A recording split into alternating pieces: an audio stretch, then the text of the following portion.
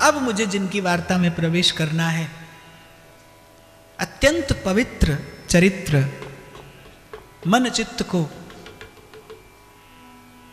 श्री वल्लभ एवं श्री गोवर्धन नाथ के श्री चरणों के अनुराग रंग से रंग देने वाली ये पावन गाथा, परम भगवदीय श्रीनाथ जी के अत्यंत प्रिय, केवल भक्त का ही प्राण भगवान नहीं होते, भक्त भगवान के प्राणों का प्राण है।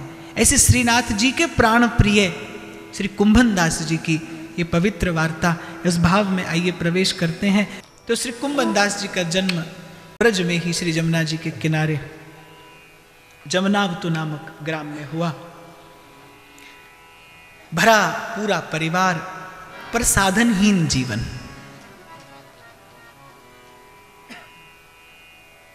पर लेकिन संस्कार की संपत्ति से सुसंपन्न हृदय। जब श्री महाप्रभु जी यात्रा करते करते ब्रज की ओर पधारे, तब श्री कुंभन दास जी एवं इनकी धर्मपत्नी ने जाकर श्री महाप्रभु जी का दर्शन किया। कोई संतान नहीं थी,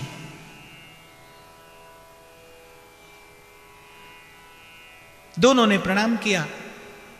श्री महाप्रभु प्रसन्न थे। कुंभन दास जी की पत्नी ने पुत्रवती होने का आशीर्वाद चाहा। आचार्य चरण के मुख से निकला, एक नहीं 7 पुत्र होंगे। तू भक्तिमती है, पुत्रवती कहलाने योग्य है। एक नहीं 7 पुत्र होंगे। कुंभन दास जी रूठ गए पत्नी से कि आचार्य चरण के सन्मुख होकर भी संसार ही क्यों मांगा? ये तो जन्म जन्मांतर की याचना से मुक्त हो जाने का समय था। तो पत्नी ने कहा, हमको जो रुचा हमने मांगा, आपको जो रुचे आप मांग लीजिए। तो श्री कुंभन दास जी ने याचना की, श्री वल्लभ की बलिहारी, श्री वल्लभ की बलिहारी, सबहीन को वचनामृत सिंचत, सबहीन को वचनामृत सिंचत, कह अंतर दुख हारी, श्री वल्लभ वल्लभ की बलिहारी। नवन कुंज मंदिर की लीला, नवन कुंज मंदिर की लीला, बिहरत नित्य बिहारी, श्री वल्लभ बिहरत नित्य बिहारी, श्री वल्लभ कुंभन दास प्रभु गोवर्धन धर, कुंभन दास प्रभु गोवर्धन धर, है हो दासी तिहारी, श्री वल्लभ की बलिहारी। तो कुंभन दास जी ने मांगा, क्योंकि कुंभन दास जी संस्कारी जीव थे और मांग पर, कुंभन दास जी की याचना पर प्रसन्न हो गए श्री महाप्रभु जी।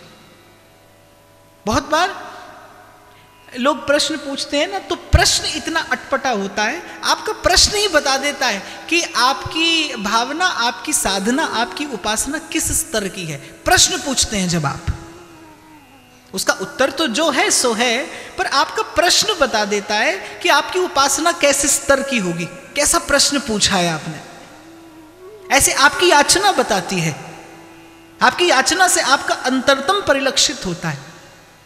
कुंभन दास जी की याचना थी, कुंभन दास प्रभु गोवर्धन धर, है हो दासी तिहारी, श्री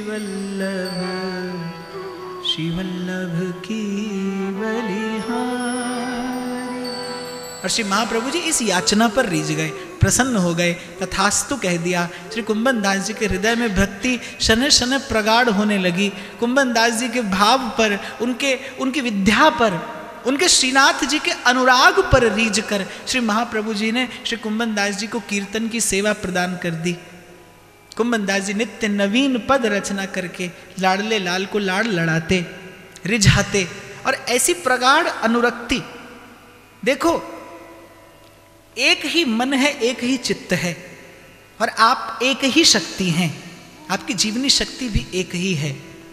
जीव बार बार संसार की ओर देखता है, आसक्त होता है।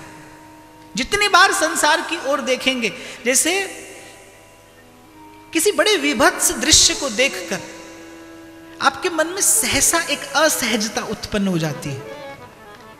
किसी पवित्र वस्तु का, किसी पवित्र स्थान का, किसी संत का दर्शन करके सहसा आपके मन में एक पवित्रता, एक सात्विकता उद्भूत होती है। ऐसे ही जितनी बार संसार को देखोगे कोई ना कोई परिणाम आएगा। भोगने की बात नहीं कर रहा मैं। जितनी बार संसार पर दृष्टि जाएगी उतनी बार कोई ना कोई प्रतिक्रिया होगी। यदि आपके जीवन में संस्कार नहीं हुआ, आपके जीवन में सत्संग नहीं हुआ, जितनी बार संसार पर दृष्टि जाएगी उतनी आपकी आसक्ति प्रगाढ़ होती जाएगी, उतना आपका दुख, आपका बंधन और गहना होता जाएगा। और वही आसक्ति सदगुरु की कृपा से, वही दृष्टि सदगुरु की कृपा से प्रभु को देखने लगती है, तो फिर भक्ति हो जाती है, अगाध अबाध सुख का हेतु हो जाती है। और कुंभन दास जी के साथ बिल्कुल ठीक ऐसे ही हुआ। श्रीनाथ जी के प्रति उनकी आसक्ति प्रगाढ़ होती चली गई।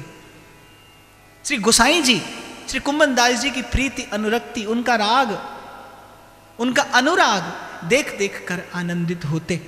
और जैसा कि वार्ता में प्रसिद्ध है कि कुंभन दास जी की आर्थिक स्थिति कोई बहुत अच्छी नहीं थी। 17 लोग परिवार में थे, 7 पुत्र कुंभन दास जी के। उनका परिवार, कुंभन दास जी की पत्नी, एक विधवा भतीजी और कुंभन दास जी के परिवार में रहती थी। कुल मिलाकर 17 लोग कुंभन दास जी के परिवार में थे और केवल 2 बीघा जमीन। तो जीवन सदा अभावग्रस्त बना ही रहता था। पर जिसके हृदय में सद्भाव है, उसके जीवन का अभाव उसे पीड़ित नहीं करता। अभाव तो होता है लेकिन अभाव पीड़ित नहीं करता। कुंभन दास जी का जीवन भी ऐसा, कछु लेना न देना, मगन रहना। राजा मान सिंह कुंभन दास जी का दर्शन करने आए, ब्रज में आए थे। तो कुंभन दास जी जैसे भगवदीय का दर्शन करना उन्होंने आवश्यक समझा। कुंभन दास जी की कुटिया पर आए। भोर का समय था, कुंभन दास जी स्नान करके बैठे ही थे और श्री ठाकुर जी कुंभन दास जी की गोद में आकर विराज गए। इतने में आकर मान सिंह ने दरवाजा खटखटा दिया। ठाकुर जी अंतर्हित हो गए। मान सिंह भीतर आया, मान सिंह ने प्रणाम किया और श्री कुंभन दास जी क्या उत्तर देते हुए कहते हैं कि आए तो थे, फिर पतु ना का कहते चले गए। मान सिंह फिर प्रणाम करता है, कुंभन दास जी फिर उत्तर देते हैं आए तो थे, फिर पतु ना का कहते चले गए। द्वार पर राजा खड़ा है लेकिन कुंभन दास जी के मन चित्त की वृत्ति भी उसकी ओर नहीं है। कुंभन दास जी को सुधि ही नहीं है कि द्वार पर कौन है। मन पूर्ण रूपेण लगा है गोविंद चंद्र की रूप माधुरी में। एक ही बात रट रहे हैं कि आए तो थे, फिर पतु ना का कहते चले गए। भतीजी आई, उसने देखा कि राजा साहब खड़े हैं। उसने कहा काका ये राजा आपको प्रणाम करने के लिए आए हैं। तब कुंभन दास जी ने राजा की ओर देखा, राजा ने प्रणाम किया, पर कुंभन दास जी का वही उत्तर कि आए तो थे, फिर पतु ना का कहते चले गए। खैर कुंभन दास जी ने भतीजी से कहा कि आसन और दर्पण ले आ, मैं तिलक स्वरूप कर लूं। तो भतीजी क्या उत्तर देती है, बोली बाबा आसन तो पड़िया खा गई और दर्पण पी गई। अब राजा ने मन में विचार किया कि ऐसा कौन सा आसन और ऐसा कौन सा दर्पण जिसे पड़िया खा गई और पी गई। तो कुंभन दास जी ने कहा कि मैं प्रतीक्षा करूं, तूने एक दूसरो बनाएला। कुछ क्षणों के पश्चात कन्या आई, फूस का आसन और एक मिट्टी के पात्र में भरा हुआ जल, जिसमें देखकर कुंभन दास जी तिलक लगाया करते थे। राजा को समझते देर नहीं लगी कि कितना अभावग्रस्त जीवन है, इन साधारण वस्तुओं का भी घर में अभाव है। बैठने को आसन नहीं है, देखने को दर्पण नहीं। राजा के मन में आया कि ऐसे भगवदीय ऐसा अभावग्रस्त जीवन यापन करते हैं तो इनकी कुछ सेवा करनी चाहिए। तो राजा ने पूछा कि आपकी कुछ सेवा करना चाहता हूं। कुंभन दास जी कहते हैं कि गोवर्धन नाथ की कृपा से हमको सब संपन्नता है। राजा ने कहा वो तो दिखाई पड़ रही है, वो तो हमको दिखाई पड़ रही है, तो आपकी कुछ सेवा करना ही चाहता हूं। 2-4 बार राजा ने पूछा, कुंभन दास जी न करते रहे। फिर राजा ने कहा कि कुछ भूमि मैं आपके निमित्त दान कर देता हूं। कुंभन दास जी ने कहा मैं क्षत्रिय हूं, दान लेने का अधिकारी नहीं हूं, दान देना हो तो किसी ब्राह्मण को जाकर दीजिए। राजा मानसिंह ने येन केन प्रकारेण बहुत कुछ देने का प्रस्ताव कुंभन दास जी के सन्मुख रखा। अंत में कुंभन दास जी कहने लगे, राजा देखते हो ये हमारे घर के आंगन में 2 पेड़ हैं, एक टेंटी का और एक बेर का। बोले सर्दी में बेर हमें समृद्ध बना देता है और गर्मी में टेंटी हमारे घर और परिवार का पेट भर देता है। हमें किसी वस्तु की आवश्यकता ही नहीं, हम कुछ नहीं चाहते। अंत में राजा मानसिंह ने एक मणि जटित दर्पण कुंभन दास जी को दिया कि और कुछ नहीं तो नित्य प्रति तिलक स्वरूप करने के लिए ये दर्पण तो अपने पास रख लीजिए। कुंभन दास जी ने मन में विचार किया कि राजा हो, बुद्धिमान होना चाहिए, हमारी इस झोपड़ी में ये मणि जटित दर्पण शोभा देगा। इसकी सुरक्षा व्यवस्था करने के प्रपंच में थोड़ा बहुत जो हरि का भजन होता है सो भी जाता रहेगा। और वैसे भी हमारी अवस्था देखते हो, ये दर्पण तो योग्य है कि इसमें लाडले श्री नाथ जी अपना मुख चंद्र देखें। सो निवेदन करना है तो उन्हें जाकर करिए। हार गया राजा मानसिंह। आज पहली बार राजा मानसिंह ने कहा कि मैंने माया के भक्त तो बहुत देखे हैं, मायापति का भक्त आज मैंने पहली बार देखा है। आज मेरा इतना सौभाग्य तो अवश्य जगा है कि मैं मायापति के भक्त का दर्शन कर रहा हूं। माया को सब जग भजे, माधो भजे न को, जो कदापि माधो भजे, माया चेरी हो। पहली बार एक फकीर के सामने एक बादशाह, लेकिन आज पहली बार बादशाह को अपनी बादशाहत फकीर की फकीरी के सामने तुच्छ जान पड़ रही है। थक गया राजा मानसिंह। प्रभु, मैं संत सेवा का उद्देश्य लेकर आया था, आप जैसे किसी भगवदीय की सेवा करना चाहता हूं। करबद्ध आपसे निवेदन है, कोई तो सेवा हमें प्रदान करिए। कुंभन दास जी ने कहा चलो ठीक है, जो कहेंगे सो करोगे। बोले हाँ। तो बोले आज के पीछे कभी हमारी कुटिया पर मत आना, बस यही सेवा तुमसे चाहते हैं कि आज के पीछे कभी हमारी कुटिया पर मत आना। निराश होकर लौट जाना पड़ा मानसिंह को, लेकिन कुंभन दास जी ने मन से भी स्वीकार नहीं किया। चला गया जब राजा मानसिंह, कुंभन दास जी ने तिलक स्वरूप किया, तिलक पूरा किया ही था, ठाकुर जी फिर झट से आकर गोद में बैठ गए। कुंभन दास जी कहने लगे, जय जय, आप कछु कहना चाह रहे थे? ठाकुर जी ने कहा धत। कुंभन दास जी बोले धत क्यों? बोले अरे राजा मानसिंह को मैंने ही तो पठायो, मैंने ही तो भेजा था उसे कि किसी प्रकार से आपके लिए कुछ अनुकूल व्यवस्था हो जाए। कुंभन दास जी ने कहा धत। ठाकुर जी ने कहा अब आप धत क्यों कहते हैं? बोले जय जय, नेत्र सजल हो गए कुंभन दास जी के। बोले जय जय, एक बात पूछूं सो उत्तर दो। तो ठाकुर जी ने कहा पूछिए। जो मैं मानसिंह पर कछु ले लेतो तो आप पुनः आकर मेरी गोद में बैठते? तो ठाकुर जी ने कहा यदि मेरा कार्य हो जाता तो मैं क्यों आता। कुंभन दास जी ने हृदय से लगा लिया श्री ठाकुर जी को। धर्म न अर्थ न काम रुचि, गति न चाहूं निर्वाण, जन्म जन्म रति राम पद, यह वरदान न आन। कुंभन दास जी ने कहा प्रभु आपकी जो इच्छा होए मोए कछु देवे की, तो बस इतनो ही दीजियो। स्वामी मोहना बिसारियो, लाख लोग मिल जाएं, हमसे तुमको बहुत हैं, तुम सा हमको ना। बस बिसरी हो न बिसारी हो, बस यही दान मोहे दे। इतना ही दीजिएगा कि एक क्षण के लिए भी आपकी विस्मृति न हो जाए, आपकी दृष्टि में रहूं। जाही न चाही कबहू कछु, तुम संग सहज स्नेह, बसऊं निरंतर ताके उर, सो राउर निज गे।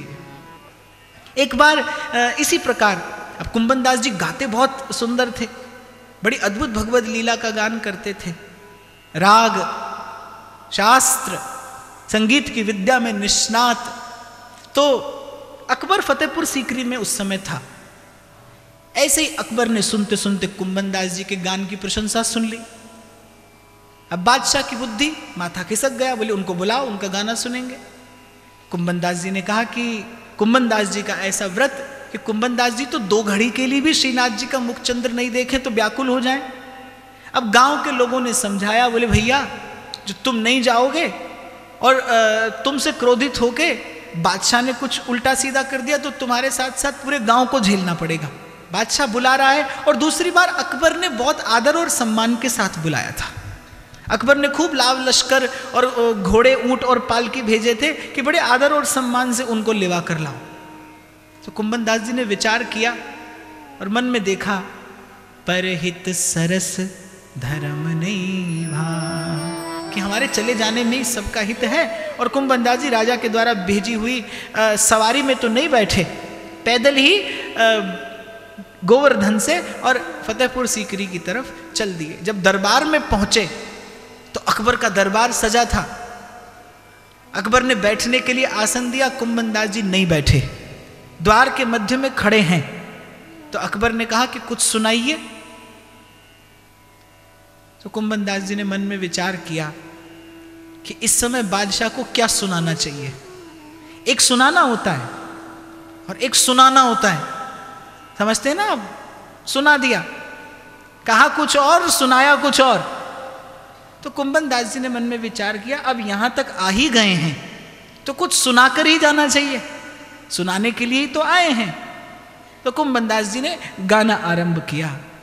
कहा सीकरी काम भगत को, कहा सीकरी काम, आवत जात पन्हैया टूटी, आवत जात पन्हैया टूटी, बिसर गयो हरि नाम भगत को, कहा सीकरी काम भगत को। और इतने पे ही नहीं रुके, अकबर वाह वाह वाह वाह कर रहा था और कुंभन दास जी भी गाए जा रहे हैं और सुनाए जा रहे हैं। जाको मुख देखे दुख लागत, जाको मुख देखे दुख लागत, ताको करनी परी प्रणाम, ताको करनी परी प्रणाम।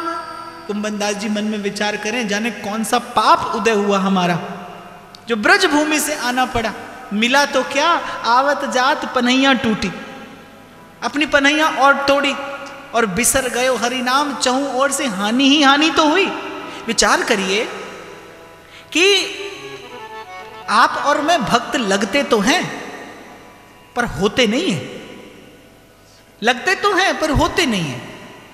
कुंभन दास कह रहे हैं कि मेरे को आने से चारों ओर से हानि ही हानि तो हुई। जाको मुख देखे दुख लागत, ताको करनी परी प्रणाम।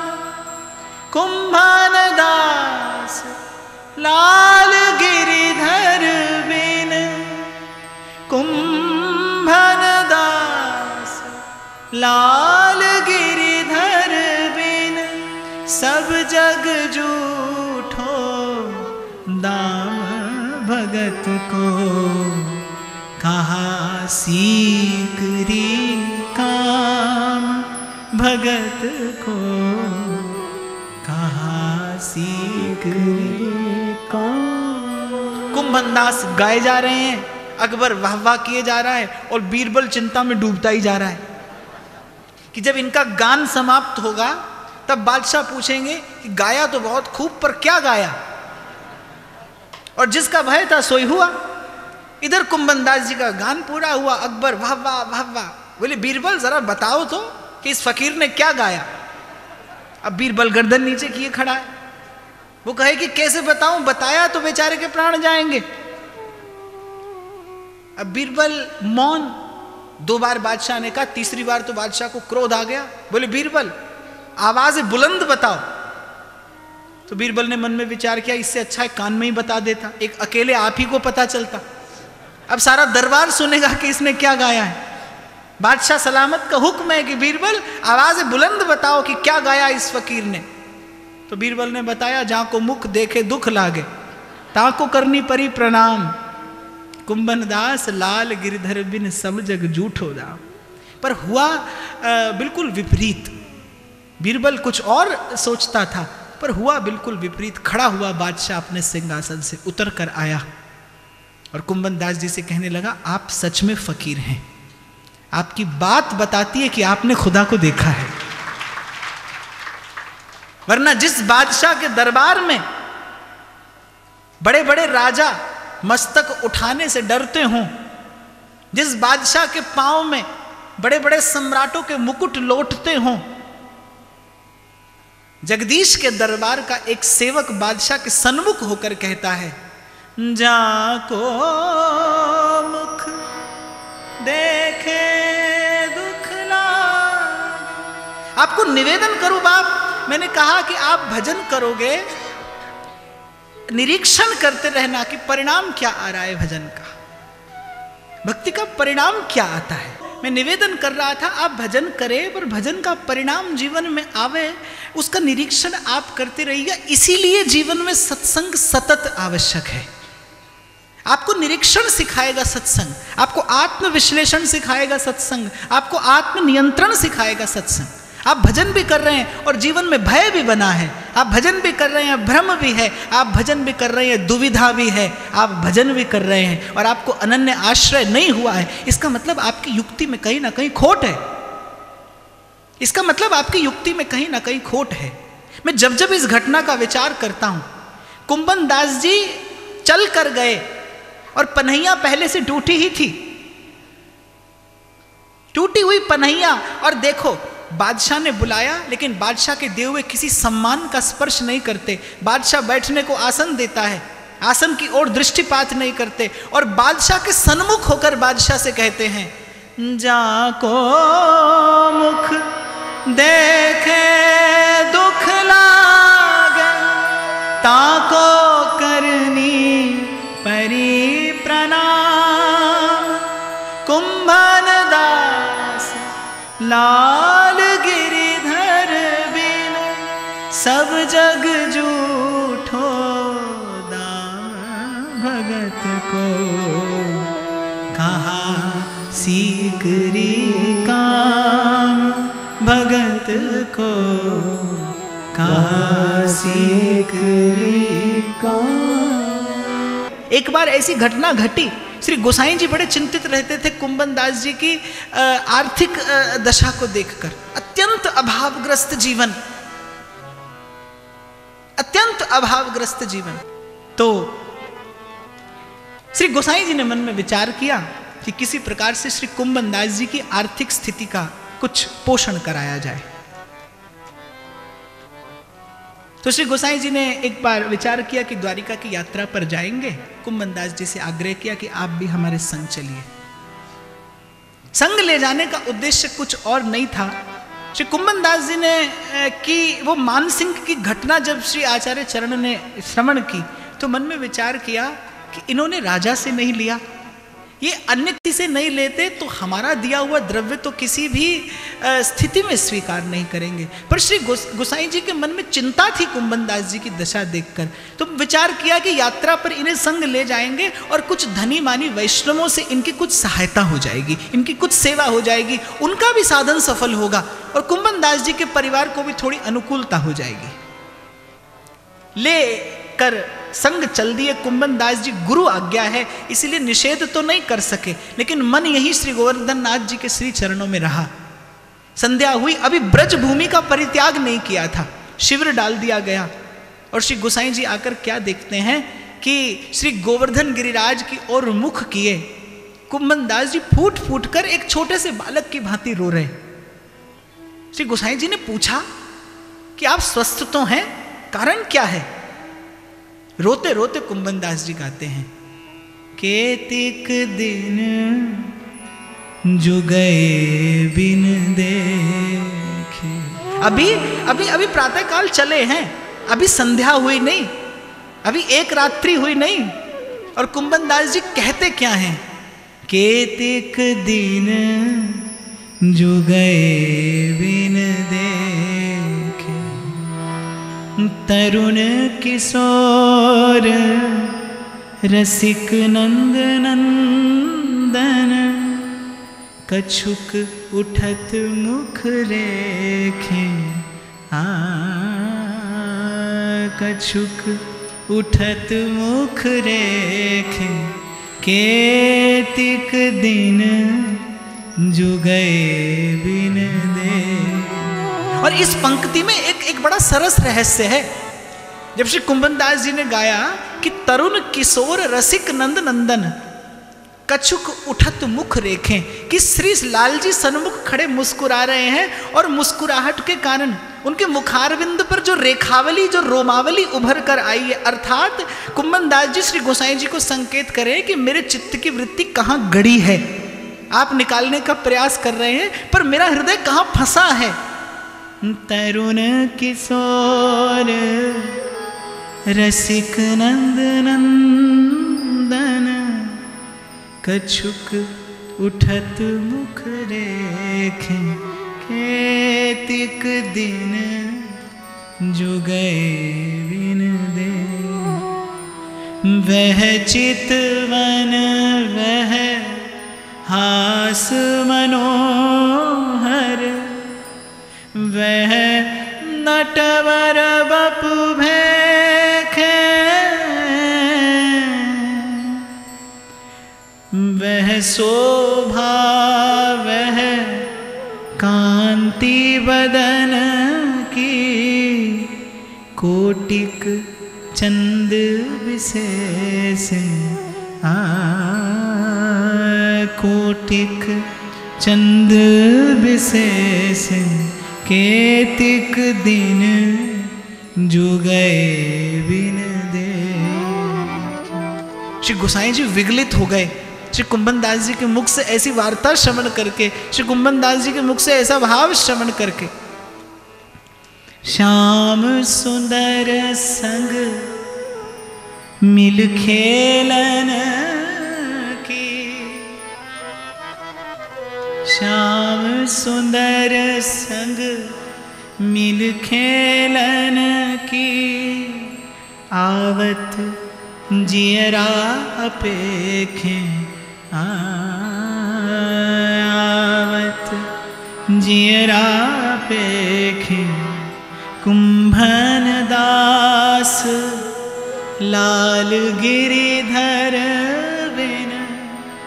कुंभन दास लाल गिरिधर बिन, जीवन जन्म अलेखे। जीवन जन्म अलेखे, केतिक दिन जो गए बिन दे। कुंभन दास जी की दशा देखकर गोसाई जी को स्मरण आ गई ब्रज की गोपांगनाओं की वो भाव विव्वल मूर्ति। जब गाया करती थी ब्रज की गोपियां, उद्धव को देखकर गाई थी, अरे उद्धव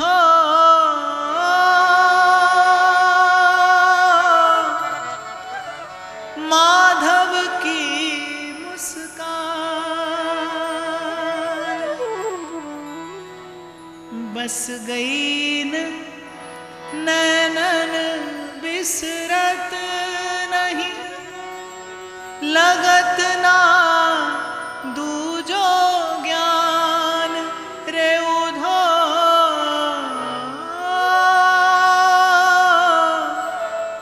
माधव की मुस्कान। हमारे कल्याण पुजारी जी कहते हैं, सांप के खाए को मंत्र लगे, सांप के खाए को मंत्र लगे, या कि आंख के खाए को मंत्र न तंत्र। नारायण स्वामी कहते हैं, जाहे लागी लगन घनश्याम की, जाहे लागी लगन घनश्याम की, जाहे लागी लगन घनश्याम की, जाहे लागी लगन घनश्याम की।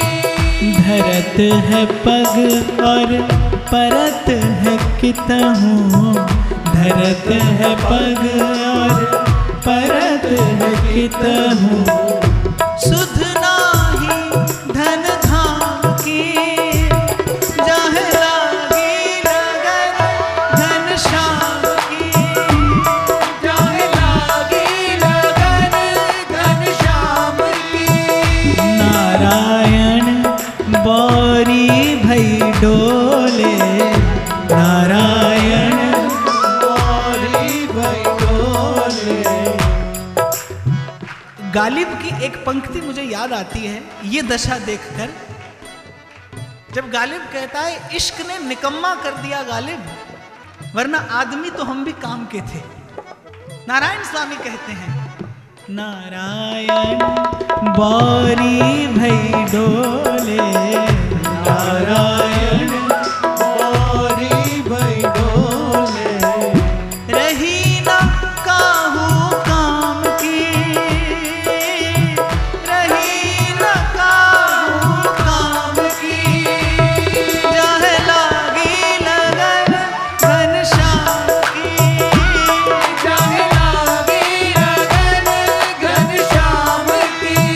धरत है पग और परत है कितहूँ, धरत है पग और परत है कितहूँ, सुधि नाही धन धाम की, जाहे लागी लगन घनश्याम की, जाहे लागी लगन घनश्याम की, जाहे लागी लगन घनश्याम की, जाहे लागी लगन घनश्याम की, जाहे लागी लगन घनश्याम की, लागी लगन घनश्याम की। तो कृपानाथ कुंभन दास जी की दशा देखकर बोले कि कुंभन दास जी, ये आकुलता आपकी नहीं, ये आकुलता तो लाडले लाल की आपके और अंतर में प्रतिबिंबित हो रही है। सो आप अबेर मति करो, शीघ्र जाओ, गोवर्धन नाथ आपके दर्शनन को व्याकुल है रहे हैं। कुंभन दास जी के हृदय की व्याकुलता जब श्री गोसाई जी ने देखी तो कहा कि ये व्याकुलता आपकी नहीं है, ये व्याकुलता श्री जी के हृदय की आपके हृदय में प्रतिबिंबित हो रही है। सो विलंब मत करिए, शीघ्र जाइए, लाडले लाल आपके दर्शन को आतुर हैं, आपसे मिलने को आतुर हैं। और जैसे एक नन्हा सा बालक दौड़ कर जाता है, जैसे श्री गोसाई जी के मुख से श्रवण किया, कोई अन्यथा विचार न करते हुए दौड़ कर गए, दौड़ कर गए श्री ठाकुर जी के सन्मुख होकर मस्तक झुकाकर श्री चरणों में विनती करते हुए कहते हैं, तुमसे हमको बहुत है, तुम सा हमको ना। हे प्यारे, बिसरी हो न बिसारी हो, बस यही दान मोहे दे। हूँ मचल पर्यो या पौरी, सुख निरखत रहो नेरी। बस इतनी मन की इच्छा है कि जानता हूं मैं सब अंग गुणहीन हूं और ताको जतन न कोय, पे एक किशोरी कृपा ते जो कछु होए सो होए। हूँ मचल पर्यो या पौरी, अरे मेरा बाल हट जानकर मैं मचल पड़ा हूं आपके द्वार की, आपके महल की इस पौड़ी पर, सुख निरखत रहो नेरी। बस इतनी कृपा करिए कि आपके श्री चरणों की सन्निधि सदा बनी रहे। 7 पुत्र थे कुंभनदास जी के। कोई पूछता कितने पुत्र हैं तो कहते 1.5 पुत्र है। कुंभनदास जी अपना एक पुत्र जानते थे श्री चतुर्भुज दास जी को, जो स्वयं परम भागवत थे, और एक अन्य पुत्र था जो श्रीनाथ जी की गौ सेवा किया करता था, लेकिन ठाकुर सेवा नहीं किया करता। तो कुंभनदास जी उसे अपना आधा ही पुत्र मानते थे। एक बार सिंह के आक्रमण के कारण उस पुत्र की मृत्यु हुई, और पुत्र की मृत्यु का समाचार सुनते ही कुंभनदास जी मूर्छित हो गए। अब ग्रामवासी भांति भांति की चर्चा करने लगे कि ये तो बड़े भागवत थे, और पुत्र का ऐसा मोह और पुत्र की मृत्यु से ऐसा कष्ट कि मृत्यु का समाचार पाते ही मूर्छित हो गए। कुंभनदास जी के विषय में भांति भांति की चर्चा होने लगी। श्री गोसाई जी ने जब सुना तो श्री गोसाई जी समझ गए, आए और कुंभनदास जी के कान में आकर कहते, कुंभनदास जी आप घबराओ मत, आपको कोई सूतक नहीं लगा, हम आपको दर्शन करा दिया करेंगे। और सुनते ही कुंभनदास जी उठ खड़े हुए। श्री गोसाई जी ने मन की व्यथा जानी कि कुंभनदास जी की मूर्छा का कारण पुत्र की मृत्यु नहीं, उस सूतक का भय है, जिसके कारण कुछ दिन के लिए श्री ठाकुर जी का दर्शन नहीं हो पाएगा, श्री जी के सन्मुख नहीं हो पाऊंगा। मैं कभी जब इन भक्तों का चरित्र चिंतन करता हूं तो एक मौन समर्पण के अलावा हृदय में कुछ और नहीं होता। मन विचार करता है कि निश्चित रूप से क्या उन आचार्यों की कृपा का सामर्थ्य रहा होगा जो जीव को इस जीवन में भक्ति का ऐसा अनुपम विपुल सुख वैभव प्रदान किया, जो भावना का ऐसा सुख प्रदान किया। आप देखिए, पुत्र मृतक पड़ा है, कुंभनदास जी को चिंता क्या है कि सूतक हो गया, श्री ठाकुर जी का दर्शन कैसे होगा। श्री गोसाई जी ने आकर मन की व्यथा दूर की। अरे कुंभनदास जी, आपका स्पर्श पाकर किसी का सूतक दूर हो जाए, आपको सूतक क्यों कर लगने लगा? आप परम भगवदीय, परम वैष्णव, आपको लोक और वेद की श्रृंखला कैसे बांधेगी? आपको लोक लाज और धर्म मर्यादा कैसे अपने बंधन में बांधेंगे? जिसे श्री कृष्ण कृतार्थ कर चुके हों उसकी ओर जैसे सिंह का हिस्सा कोई गीदड़ या सियार लेकर नहीं जा सकता, ऐसे जैसे श्री कृष्ण ने स्वीकार किया है उसकी ओर दृष्टिपात करने का दुस्साहस कौन करेगा? आप निश्चिंत रहिए, आपको दर्शन नित्य होगा। एक बार खेत में हल चला रहे थे और श्री लाल जी कुंभनदास जी के संग संग खेल रहे थे। श्री राजभोग की आरती का टकोरा लगा, कुंभनदास जी दौड़कर जाने लगे। ठाकुर जी ने कहा, बाबा कहाँ जा रहे हो? बोली, जय आरती को दर्शन करूंगा। बोली, कौन की आरती? मैं तो आपके संग खेल रहे हूं। तो कुंभनदास जी बड़े विनीत स्वर में कहने लगे, जय जय, ये मंदिर में नित्य दर्शन कोई फल है कि आप मेरे संग यहां खेल रहे हो? सो मंदिर को दर्शन तो जाए के करूंगा, और दूसरी बात, यहां तो आप अपनी राजी से आए हो, कब आए कब चले जाओगे ये डोर तो आपके हाथ में है, पर वहां मेरे आचार्य ने आपको प्रीत की डोर से बांध के बैठायो है, वहां आप टस से मस नाए हैं सको, तो वहां तो जाए के दर्शन अवश्य करूंगा। और तीसरी बात, यहाँ अकेले आप हो, वहां जाऊंगा तो आपके दर्शनन के साथ साथ जाने कितने भगवदीय और वैष्णवन को दर्शन होवेगो, सो मंदिर दर्शन करने तो जाऊंगा। मौन हो गए श्री ठाकुर जी कुंभनदास जी की उस प्रगाढ़ भावना के सन्मुख। और श्री सूरदास जी की भांति श्री कुंभनदास जी ने भी बड़े दीर्घ काल तक भगवत लीला गाकर केवल श्री लाल जी को ही नहीं, अनंत अनंत भगवदियों को, वैष्णवों को परम सुख प्रदान किया। और इन संतों की वार्ता, इन संतों की वाणी, सत्संग सनातन बीज है। हरि अनंत, हरि कथा अनंता, और हरि की कथा हरि भक्तों के संग ही पूर्ण होती है। जैसे हरि का यश अनंत है, नित्य नवीन है, ऐसे इन भक्तों की वार्ता भी उस गैया की तरह है। आप जितनी बार दोहन करें उतनी बार नवीन पोषण, नवीन पुष्टि प्रदान करने वाला दुग्ध आपके हृदय के, आपके भाव के पात्र में आकर पड़ेगा। और अन्य भगवदियों की भांति श्री गोसाई जी की सन्निधि में जब कुंभनदास जी नित्य लीला की ओर प्रयाण करने लगे तो श्री गोसाई जी ने उनसे भी पूछा कि कुंभनदास जी चित्त कहाँ है? तो कुंभनदास जी गाते हैं, रसिकनी रस में रहत घड़ी, कनक बेली वृषभानुनंदिनी,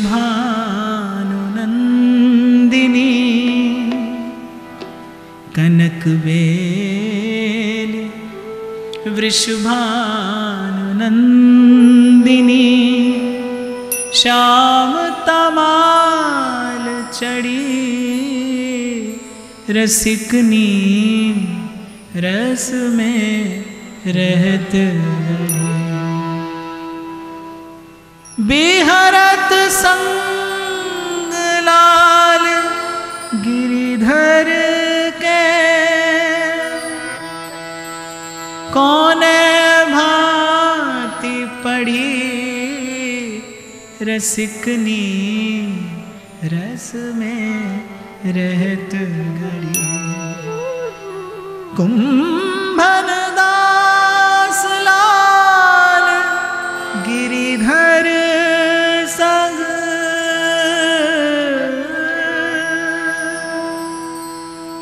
कुंभन दास लाल गिरिधर संग, रति रस के गढ़ी रसिकनी, रस में रहत गढ़ी। कनक बेली वृषभानुनंदिनी, श्याम तमाल चढ़ी रसिकनी, रस में रहत गढ़ी। सुधि आ गई। जब प्रथम बार श्री आचार्य चरण के सन्मुख हुए थे तो श्री कुंभन दास जी ने यही याचना की थी। नवन कुंज मंदिर की लीला, बिहरत नित्य बिहारी, कुंभन दास प्रभु गोवर्धन धर, है हो दासी तिहारी, श्री वल्लभ की बलिहारी,